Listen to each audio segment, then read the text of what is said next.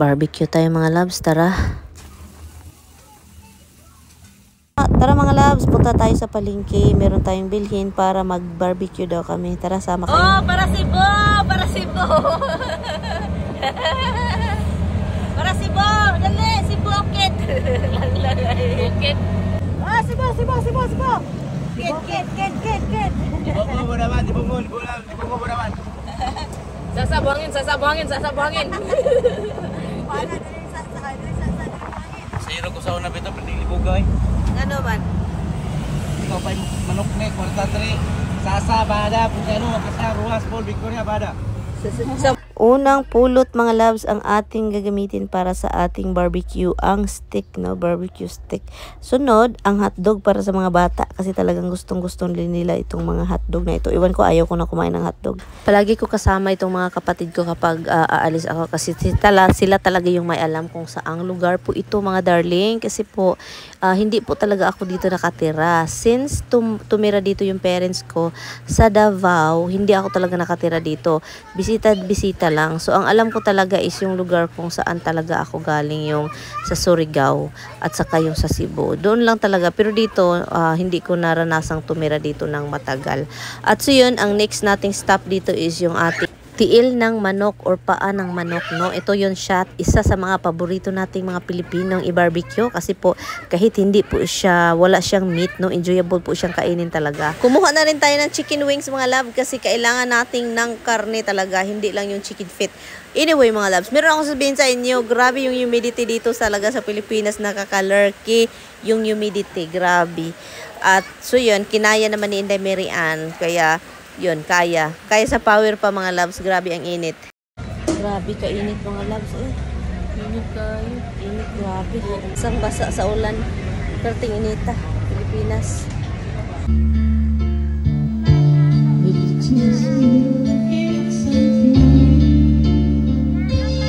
At yun, nagrinta din ako ng karaoke mga loves. Pero walang inuman kasi bawal po sa akin yung mga inom-inom. So kaya yun, kantahan lang and yun, enjoy lang mga loves. Sayawi ba?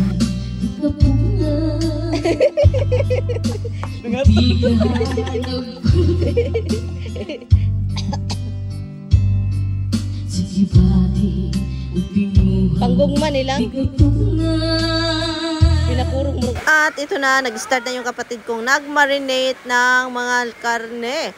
So yun, hindi ko talaga alam kaya tinitignan ko siyang nagluluto kasi gusto kong malaman kung paano, no, yung kailangan pang lutuin, yung ibang karne, yung iba kung paano i-cut yung pork, o diba, nakikaano din ako kasi talagang marunong naman ako mag-marinate pero alam na, gusto ko talagang malaman yung mga style kasi yung kapatid ko mahilig sila noon mamaligya or I think binta sila ng mga barbecue noon eh. So alam nila kung paano. Pasensya na kayo mga love sa aking voice over. Ang ingay dito, ang ingay ng mga bata, ang lakas ng ulan.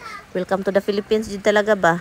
Kailangan palang lagyan ng coloring itong paa, kaya pala sobrang colorful ang yung mga barbecue sa labas, no? Yung mga sa kali-kalye. Coloring lang pala yun mga darling. Sila lang mga loves kasi ako edit, ako busy ako sa ka-edit. Andito ako sa bahay ng kapatid ko ha. Ibas ko yung pangit ng bahay. Ibas na naman yung bahay. Kaya kaloka talaga. Ang mga nang bash naman walang kaganda-ganda yung bahay.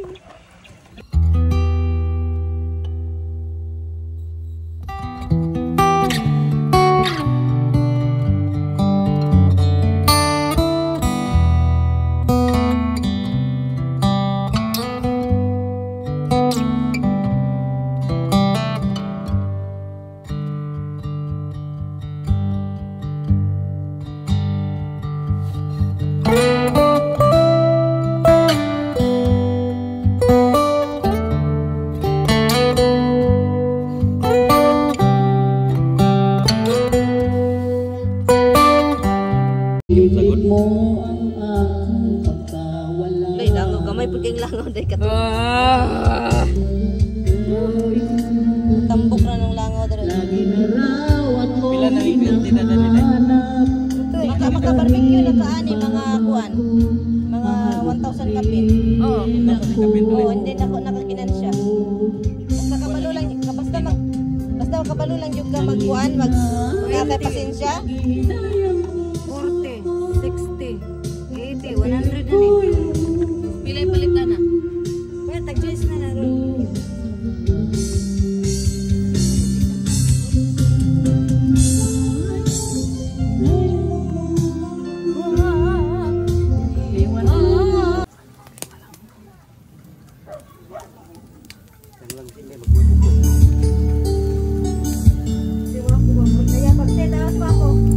sila pa. Baboy dun na ba?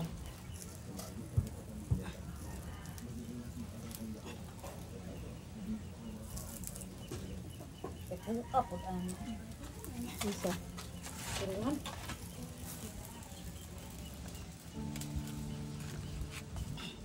Oh, first try mga loves. Gizzard.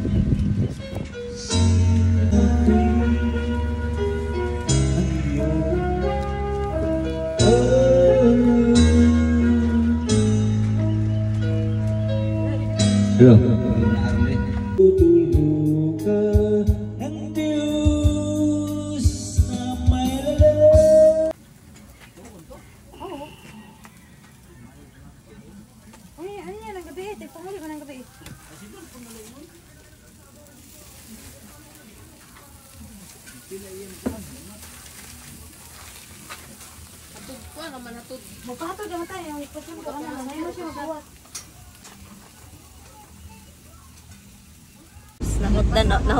Nahotdan og sapi. So, withdraw na naman tayo. Kaya basing hilaw lata ni. Ang sa ilalom. Mga loves, ano ito, marang. Parang wala at tapakan si Ate Marlene.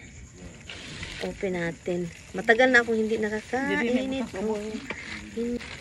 Hala, uy, matagal na akong hindi nakakain mga loves nito, mga loves. Grabe maniti!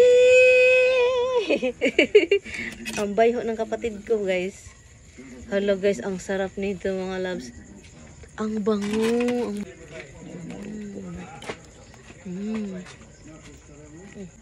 Sobrang creamy.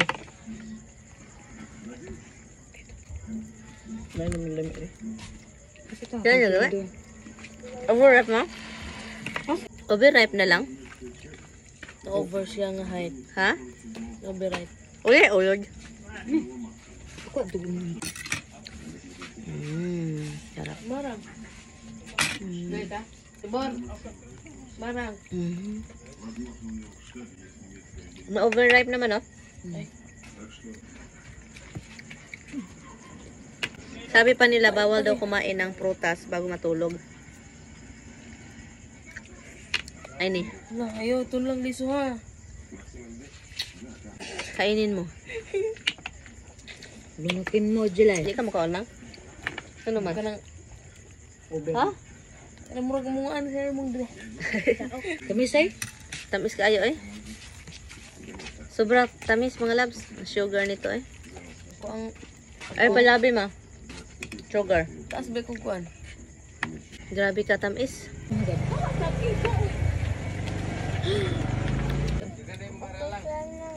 Dali gani, kay tulo ka buok.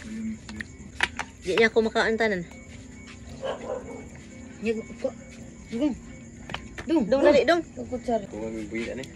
Oh, dala dito kay. Grabe ka tamis. Ang tamis-tamis mga labs. Parang maano ako, madiabetic. Namilit-pilit sa akong tilaukan. Namilit-pilit.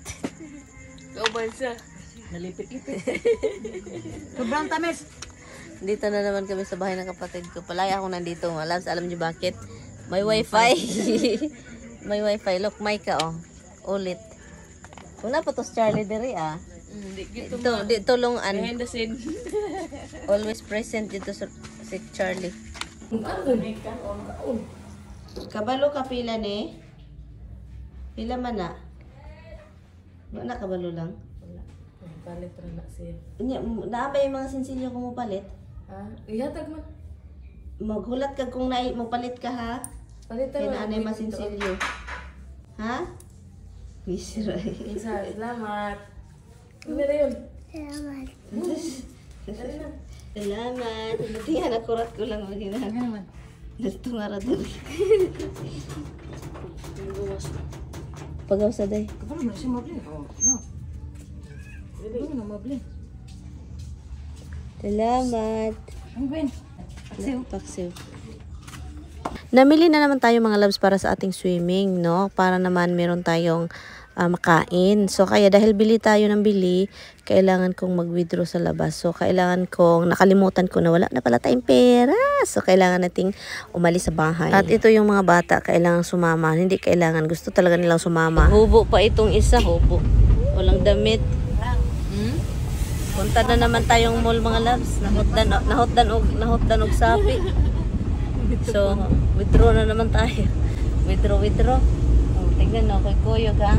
Di na mga naog ha. Dire lang mo, kay kami lang maglakaw. Di na mag-uban. Tapon si Adong gawin sa nina. Ala, patay tuod, walay si Nina. Oo. Tagukod ko. Dili lang ko eh. Awan sa ipit, oy. Ipit oy. Ipit tani ba? Ipit oy. Ipit mataring dapita dere oy. Ipit ay. Ipit dapita na ipit oy.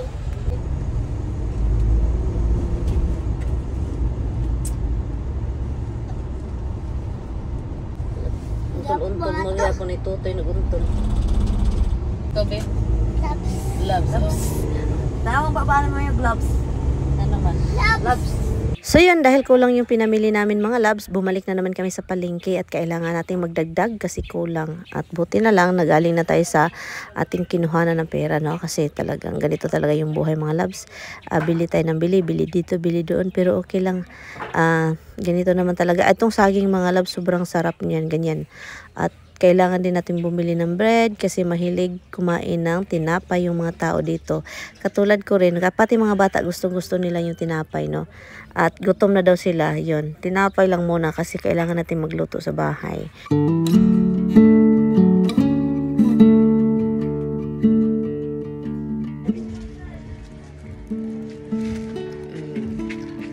Ala, dili siya bagong luto din, no? Paano siya pag ano? Ay, na siya pala man.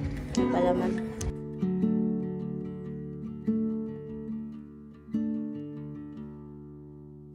Sa mga nagsasabi na kailangan kong bilhan ng washing machine yung ina ko, hintay lang kayo mga loves.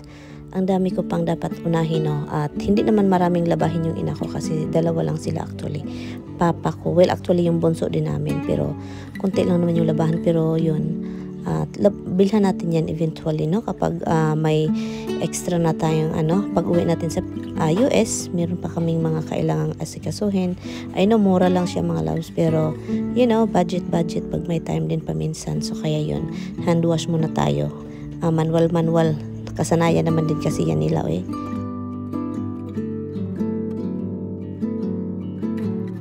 Sa maulan na hapon, kailangan din nating magsaing ng biko kaso umulan. So kaya ang mga may saltik sa utak, ito yung ginawa para hindi mahilaw yung ating biko, di ba? Diskarte lang yung mga darling. Nahadlok na muna siya mabasa ang kahoy. May mga kahoy. Ang sa... Dali lang talong. Di lang mabasa ang dinungag. Kaya basing hilaw lata ni. Ang sa ilalom lata. Ilan? Ulan na.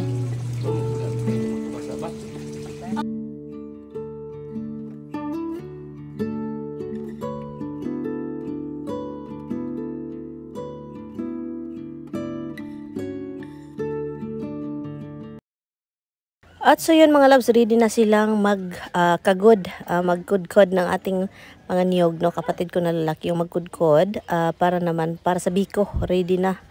At para bukas, konti na lang yung lulutuin sa umaga, yung biho na lang, no? So tulong-tulong na lang sila dito sa pagsulong. Ako na lang yung video, di ba? Videographer. So ganito po sila, masarap po talaga yung latik, yung mga fresco. Yung masarap yung latik kapag fresco yung niyog, hindi yung nasa lata kasi sa US lata talaga. So gumising ako ng maaga para kami tulong-tulong din kami dito sapagkat ng mga ingredients para sa ating bihon kasi maaga po yung plano naming alis talaga patungong sa resort, no? Para mag-enjoy buong araw talaga. So kaya inagahan namin. Nagluto din sila ng bihon sobrang aga mga loves, alas 4 para ready na tayo para 7 o'clock alis na tayo dito sa bahay papuntang resort. Dito na kami talaga nagtapok-tapok sa bahay ng kapatid ko kasi po merong mga ganito ba firewood at saka sa amin wala gasol manata yun. But anyway, thank you so much for watching. Kita-kits tayo sa pagligo-ligo mga loves. Bye. Ingat.